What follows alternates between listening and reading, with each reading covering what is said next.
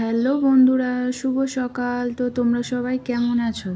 আশা করছি সবাই খুব ভালো আছো, আমিও খুব ভালো আছি। তো আবারও চলে এসেছি একটা নতুন ব্লগ নিয়ে তোমাদের কাছে। তো সবাইকে আমার চ্যানেলে ওয়েলকাম জানাই। আমার ভিডিওটা প্লিজ তোমরা পুরোটা দেখো, আর চ্যানেলটাকে অবশ্যই সাবস্ক্রাইব করো, লাইক করো, কমেন্ট করো, শেয়ার করো। তো দেখতে থাকো। তো আজকে হচ্ছে শনিবার, আজকে নিরামিষ আমাদের টোটালি সব কিছু। তো এদিকে উঠে পড়ে ফ্রেশ হয়ে নিয়ে চলে এসেছিলাম ঘরটাকে গোছাতে। ঘরটাকে তাড়াতাড়ি করে গুছিয়ে নিয়ে ঝাড় দিয়ে নিচ্ছি।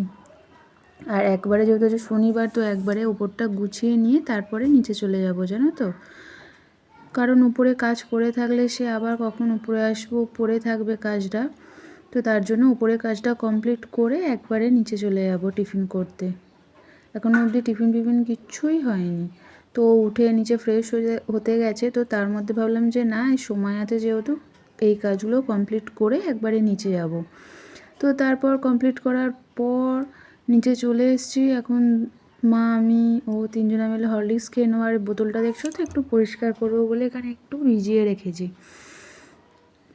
কাজ জানো তো কখনো ফেলে রাখবে না, মানে যতটা সম্ভব তাড়াতাড়ি করার চেষ্টা করবে, ফেলে রাখবে না, জানো তো। ফেলে রাখলে সেই জিনিসটাকে নিয়ে আবার তোমাকে পরে নরম চরণ করতে হবে। কী দরকার, যখনই কাজ তখনই করার চেষ্টা করবে, সব ঠিকঠাকই থাকবে মোটামুটি।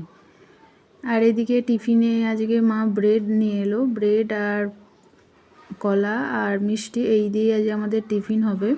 তো এদিকে মা কলাটা রাখতে এলো, আর এদিকে আমি পাউরুটিগুলো একটু সেঁকে নিচ্ছি, জানো তো, কড়াতেই সেঁকে নিই, তারপরে বাটার দিয়ে খাওয়া হবে আমাদের টিফিন।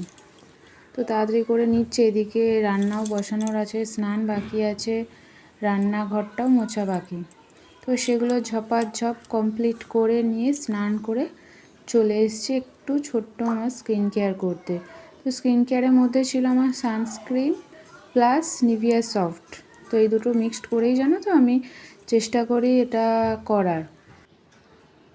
তো এদিকে আর একটু লিপ বামও দিয়ে নিলাম। তো এই দেখো, আমি মোটামুটি পুরো রেডি। নিজেকে দেখতে বেশ ভালোই লাগে আয়না, আমার তো বেশ ভালোই লাগে। অবশ্য অতটা দেখতে সুন্দরই না, বাট যেটুকু সুন্দর ঠিক আছে, চলে যাবে। তো একটু আয়নাতে একটুখানি ঢং করে নিলাম আর কি বলতে পারো। নিয়ে চলে এসেছি রান্নাঘরে মোটামুটি মা সব সবজিটা কেটেই রেখেছিলো, আর শুধু কিছুটা একটু বাকি ছিল, সেটা আমি করে নেব। এদিকে একটু সেদ্ধ বসিয়ে নিয়েছি সব সবজিগুলো, আর ওদিকে ভাতও বসিয়ে দিয়েছি। তো চাল নেওয়া হয়ে গেছে, এবার ধুয়ে নেবো, মানে ধোয়াটাও হয়ে গেছে বলতে পারো।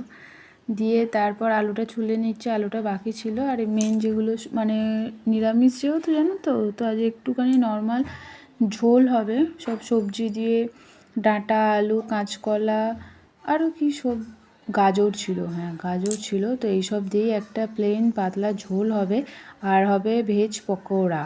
তো তার জন্য ওখানে, জানো তো, কিছুটা সবজি সেদ্ধ বসিয়ে দিয়েছি, মা কুটে দিয়েছিল। তো ওটা সেদ্ধ বসিয়ে দিয়েছি, আর একদিকে ভাত হচ্ছে। তো আর হবে চাটনি আর দই, এই আজকে আমাদের লাঞ্চের মেনু আছে। তো তাড়াতাড়ি করে নিচ্ছি। আর এদিকে মা সবজিটা কেটে দিয়েছে বলে অনেকটাই তাড়াতাড়ি হয়েছে, জানো তো। নয়তো এগুলো করতে গেলে অনেকটাই বেলা হয়ে যেত, যেহেতু আমার ওইদিকে সকালটা একটু লেট হয়ে গেছে তার জন্য। দিয়ে মোটামুটি আমার ভাত উপর দেওয়া হয়ে গেছে। আর এখানে ভেজ পকোড়া যেটা হবে বললাম, তো তার জন্য কি লাগছে দিলাম, একটু বেসন, একটু হলুদ গুঁড়ো, লঙ্কা গুঁড়ো, একটু গোলমরিচ গুঁড়ো, আর গরম মশলা, আর একটু আদা দিয়েছিলাম। তো এইটা দিয়ে মোটামুটি ভালো করে মেখে নিয়ে পকোড়াটা হবে। তো বেশ ভালো পকোড়াটা হয়েছিল। আর একটু স্বাদ মতো নুনটাও অবশ্যই দিও। আর এটা জানো তো, আজকে সকালে মা ফোনে দেখেছে, তো সেটা দেখেই বললো যে করো, বেশ ভালোই হবে।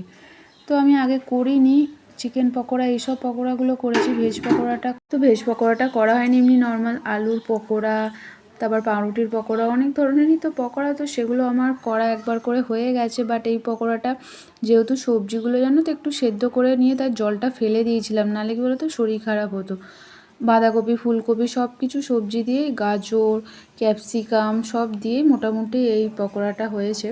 আর ওদিকে ঝোলটাও নাবিয়ে নেবো, হয়ে এসছে প্রায়। আর ঝোলটাতে, জানো তো, একটু বড়ি দিয়েছিলাম, ঝোলে একটু বড়ি দিলে বেশ ভালো লাগে খেতে। আর ওদিকে চাটনি তো আছেই।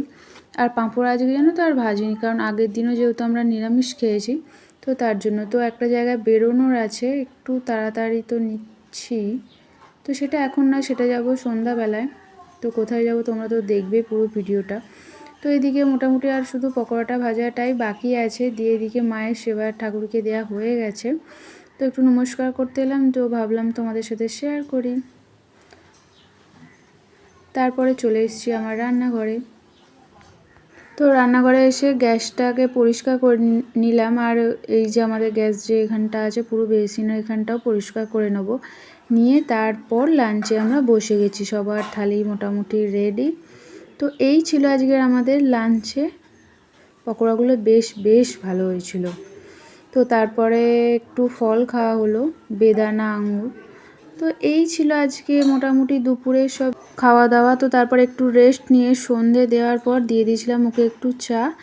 তারপরে আমরা রেডি হয়ে গেছি সবাই। তো আমরা তিনজনা মিলে, আমি, মা আর ও তিনজনা মিলে যাব হচ্ছে শ্রীরামপুরের রাজরানীকে দেখ। তো মোটামুটি রেডি হয়ে বেরিয়ে পড়েছি, তো তোমরাও দেখতে থাকো। তো খুব একটা মেকআপ করিনি, যতটুকু দরকার ততটুকুই মেকআপ করেছি বলতে পারো। একটু তো ওলটপালট ঘরদোর হয়েই গেছে। আর আমরা চলে এসেছি, দেখতে পাচ্ছ কোথায়, চাতরায়। তো মেলা তো পুরো জমজমাট, অনেকটা এখান থেকে জানো তো হাঁটতে হয় মাকে দেখার জন্য। তো এদিকে মেলাতে যেগুলো বসার মানে না বললেই নয়, অনেক অনেক ধরনের মেলা বসেছে, জিনিসে ভর্তি। আর এতটা পরিমাণে ভিড় হয়েছে না, এখন তো দেখছো তাও বা একটু হাঁটাচলা করতে পারছো। এই দেখো মাকে, উফ, দেখেও শান্তি।